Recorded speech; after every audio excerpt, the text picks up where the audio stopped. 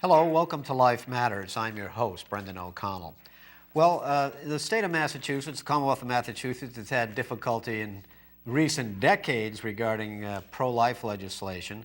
But recently we interviewed a fellow, John Jakubczyk from Arizona, and today we have from the state of Texas, Carol Everett, who has spent the last 30 years of her life trying to make sure that babies are born.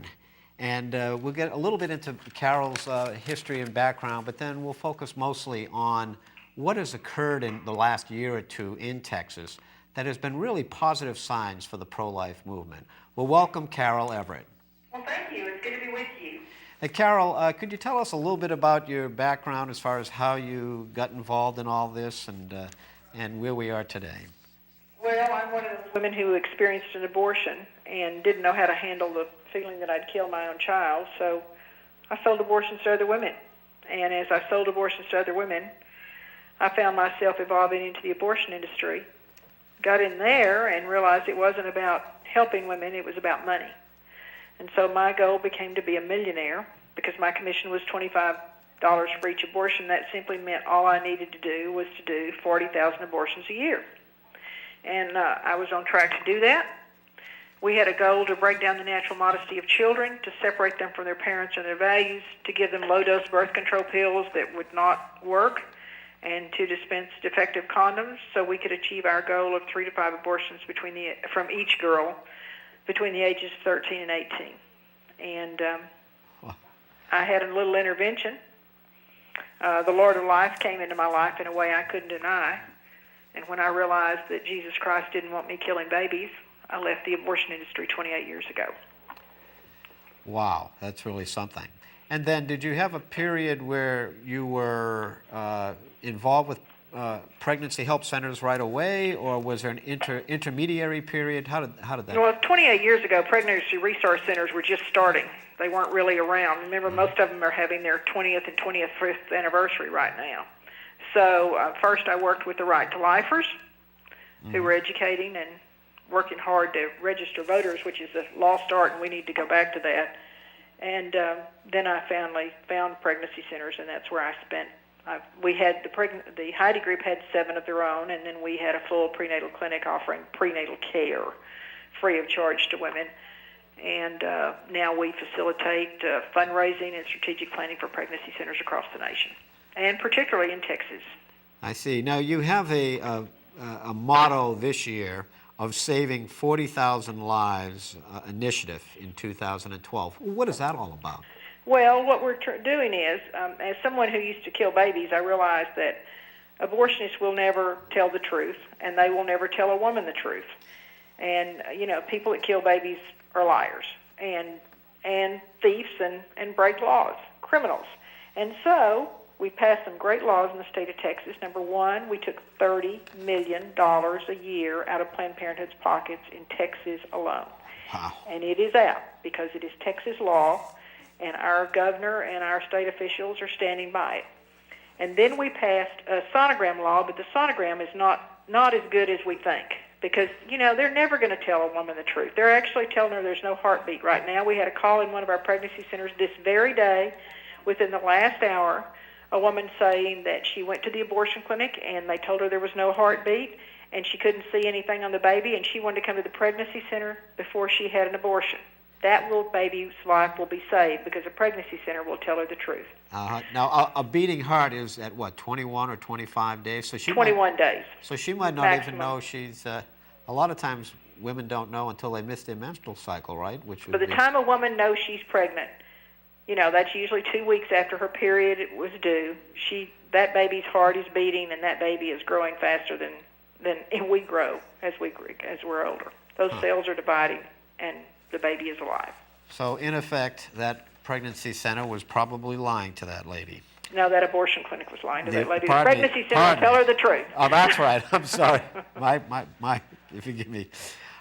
Now, in recent times, just recently, I see that the Obama administration is threatening to stop all Medicaid funding in the state of Texas? All Medicaid funding for the Women's Health Program. That was $17 million into Planned Parenthood's pockets last year. And the Obama administration is telling us that we cannot eliminate abortion providers and affiliates. But it's law in the state of Texas. It passed that funds from the Women's Health Program could not go to abortion providers and affiliates. It is not going to work in the state of Texas because our governor is standing strong with the laws of Texas. And Planned Parenthood is completely defunded in the state of Texas as a result of that. $30 million a year. Wow. $30 million last year. That's fantastic. And it's a war because they're coming in here trying to blame the governor and saying it's everybody's fault in the world. But it's Obama's fault that he will not, the program can go on. Texas wants it to go on. But they won't, it's actually in our budget, but they will not allow it. What's in your budget? I'm not quite certain. The Women's Health Program is in the Texas budget. Oh, I see. It's just that the Women's Health Program has decided that abortion is not health. Is that correct? Well, that's what Texas decided, but the Obama administration thinks abortion is health. Look at the Obamacare, and look what they've done with the mandate against the Catholic Church. Now they're trying to tell Texas what to do, and guess what? It doesn't work in Texas. You know, you can't mess with Texans. We're still pioneers over here. Well, yeah, and you haven't seceded from the Union yet. And we're not going to, but they aren't going to mess with us. And they won't win. I don't care if he is the president. This is Texas. We follow our laws. Well, now, have you seen any actual clinics close yet? Over 20 Planned Parenthood family planning feeder clinics have closed. Just the little feeder clinics that just feed into the abortion clinics. But no abortion clinics have closed. I see. Do those feeder clinics do telemed abortions? Some of them do. Some of them do. That's one of their big money makers, but the way we've written our law this year, they can't do that anymore without seeing the doctor, and, you know, that costs way too much. They're not going to do that. I see. Well, how many babies do you think will be saved now that this funding has been eliminated from Planned Parenthood's budget? We believe that alone will save 30,000 babies next year, and we believe it will save another 10,000 just by intervention because of the new informed consent law that's part of the sonogram law that says the abortionist must sit down with the woman 24 hours in advance in a private, confidential setting to get her an informed consent. So we're believing 40,000 babies next year, abortions cut in half in the state of Texas. Now, in South Dakota, they had passed a law that said first you had to visit the abortionist, then you had to visit a pregnancy resource center. A pregnancy resource center where you could have a sonogram, and then you had to list who you visited so that it wasn't a setup by the abortionist. And then you could go back. There'd be a third step of going back to have the abortion. Do you have anything where the abortionist could be lying to the pregnant girl or woman? Do you have anything where the pregnant girl or woman will definitely see her baby in a sonogram? No. You can't get abortionists to kill babies to tell the truth. They're going to lie to her. And we don't make her go to the Pregnancy Resource Center.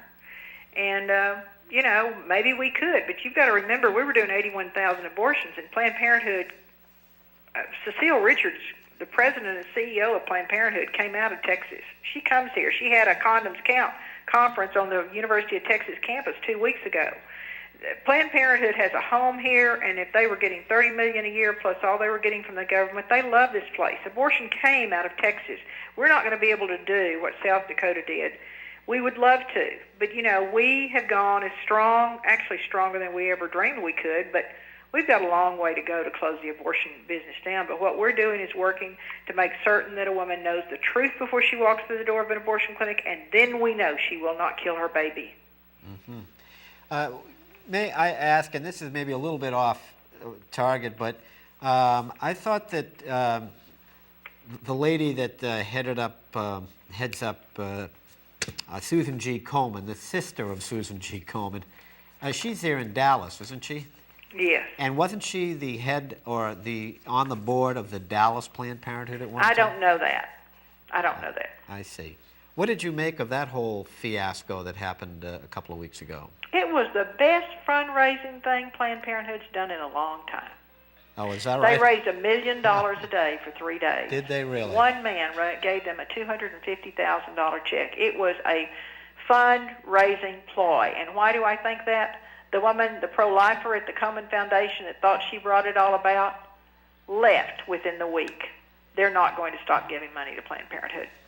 And remember, Planned Parenthood has no mammogram machines. For instance, in Texas, you have to have a license for a mammogram machine. They do not have one single mammogram machine in the state of Texas.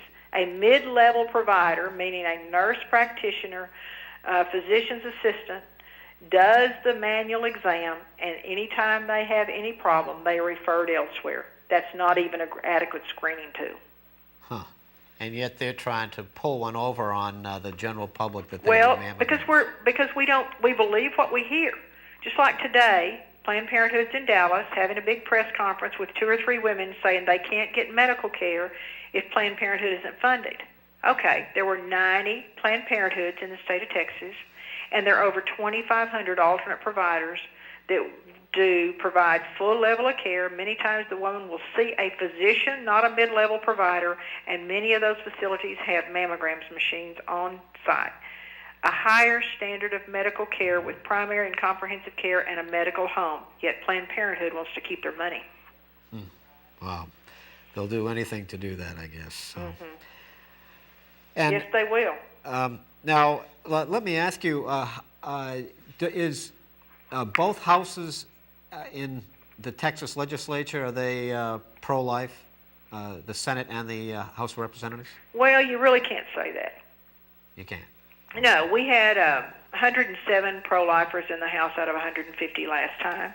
So we had a majority over there, and we had 7 Democrats, and actually 6 Democrats, I'm sorry. And so it was 107, 108, so 6 or 7 depending on the vote.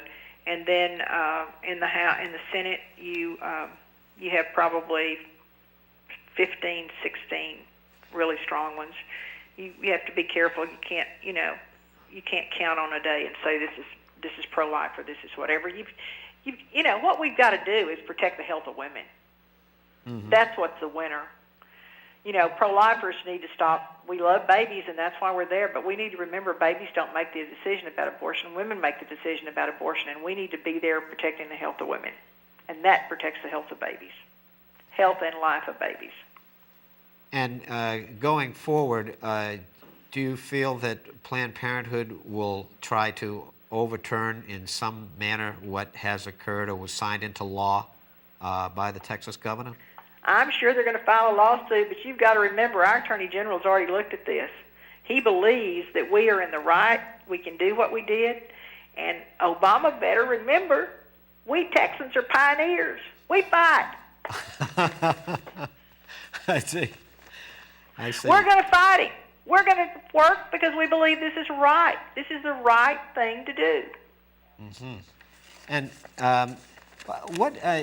as far as the coalition on the pro-life side in Texas, where do you think the successful building blocks or benchmarks were so that you got to this point where you could get the governor to sign legislation that was really pro-life legislation? What are the key items that you need to have?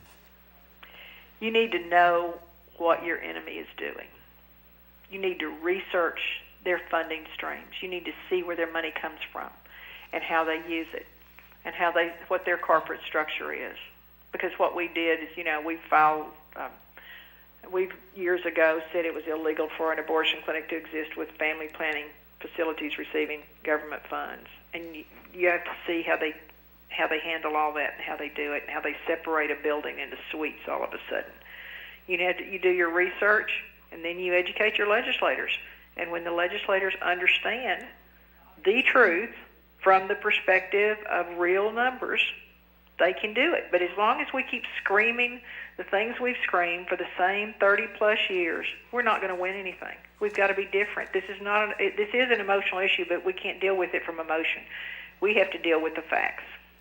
Well, for instance, a lot of times you hear about Planned Parenthood gets money, and money is fungible, meaning it can be used any which way they want.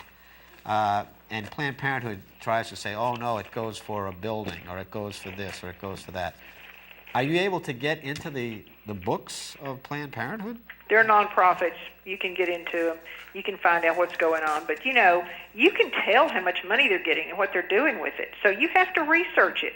And we need to stop we need to understand where the money's coming from and why they got it. And that's just another thing that very few pro-lifers really understand, is they don't understand where the money came from. Well, if you understand where the money came from. How in the world can you understand how they're getting it if you don't know where it came from?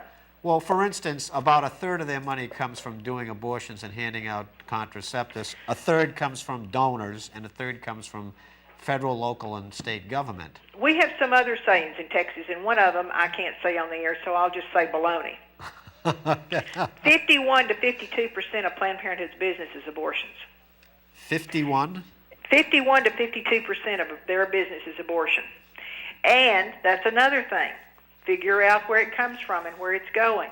And, understand. You can go to American Life League. Jim Sedlak has a great breakdown of how they get over half their money is from abortions. So I've had got a lot of work to do, but we've got to look at this from the business side. I've had Jim on this show several times in the past. Okay. He's been terrific. Okay. He's been good. And what do you hope to accomplish in Texas going forward as far as making it harder and harder for the abortionists to operate? We just want the abortionists to follow the laws in the state of Texas. One of the things that the average listener out there doesn't understand is this. When abortion became legal, everyone assumed that it fell under the same standards as any other medical practice, and it did not. Why? Two reasons. First of all, it's a new entity, and second of all, because there's no right to kill in this nation. There's a right to privacy to choose. And because it was a right to privacy, nobody looked beyond it. So abortion clinics operated completely unregulated until 1992, when the Supreme Court in Casey v. Planned Parenthood allowed us the right to regulate them. So what we need to do is make certain that the abortion clinics are operating as any other surgical procedure, and that the abortionists are willing to follow those laws. When that happens, they will go out of business because they are killers. They are not willing to follow the laws, and they will go out of business when we make them protect the health of women. I see. It's such a shroud of secrecy, it seems to me. I know Jim Sedlak has taken a look at the overall numbers, and I know he's had a heck of a time trying to get the numbers out of an organization like Planned Parenthood. I know that the state of Pennsylvania has got a pro-life governor now that is putting in standards, medical standards, to abortion clinics that were never there before. So, but here in Massachusetts, they're getting increasing funding with Title X money. Is there anything we can do on Title X money? Title X money is terrible because it has a federal mandate that you must refer for abortions. So your abortion providers your life-affirming providers have to apply for it and just give the girl enough information so that she'll never ask it about an abortion. Wow.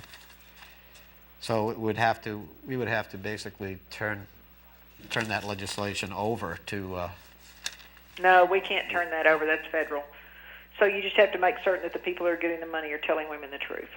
And that's pretty hard if you're not inside sitting there with the... Well, but no, that's what you do is you get the money rather than them. You get life-affirming providers to apply for it and get that money rather than them. Oh, I see. And is that what's happening in Texas then? Well, that's what we pray is happening. I see. Very interesting. And if you had a wish as far as the whole pro-life movement is concerned, what would be your 2 or 3 wishes that they would do as far as so that we could expedite the end of this whole abortion holocaust? Understand that we can't work from the baby standpoint and expect women to change their minds. Women are selfish. Women are thinking only of themselves. They are the decision makers. Babies live when women make right choices. So we have to concentrate on the woman and helping her make the correct choices. We have a lot of work to do, but we need to put our egos down. We need to stop saying, I pay my own way and I'm going to do it my way, and start linking arms and working together, not out of a sense of we don't want to keep this abortion industry alive forever so somebody has a job. Let's put them out of business and put ourselves out of business at the same time. We need to work toward the end of abortion and stop compromising. We need to be goal-driven and say, I'm going to save this many babies this month and this many babies this year, and make those goals.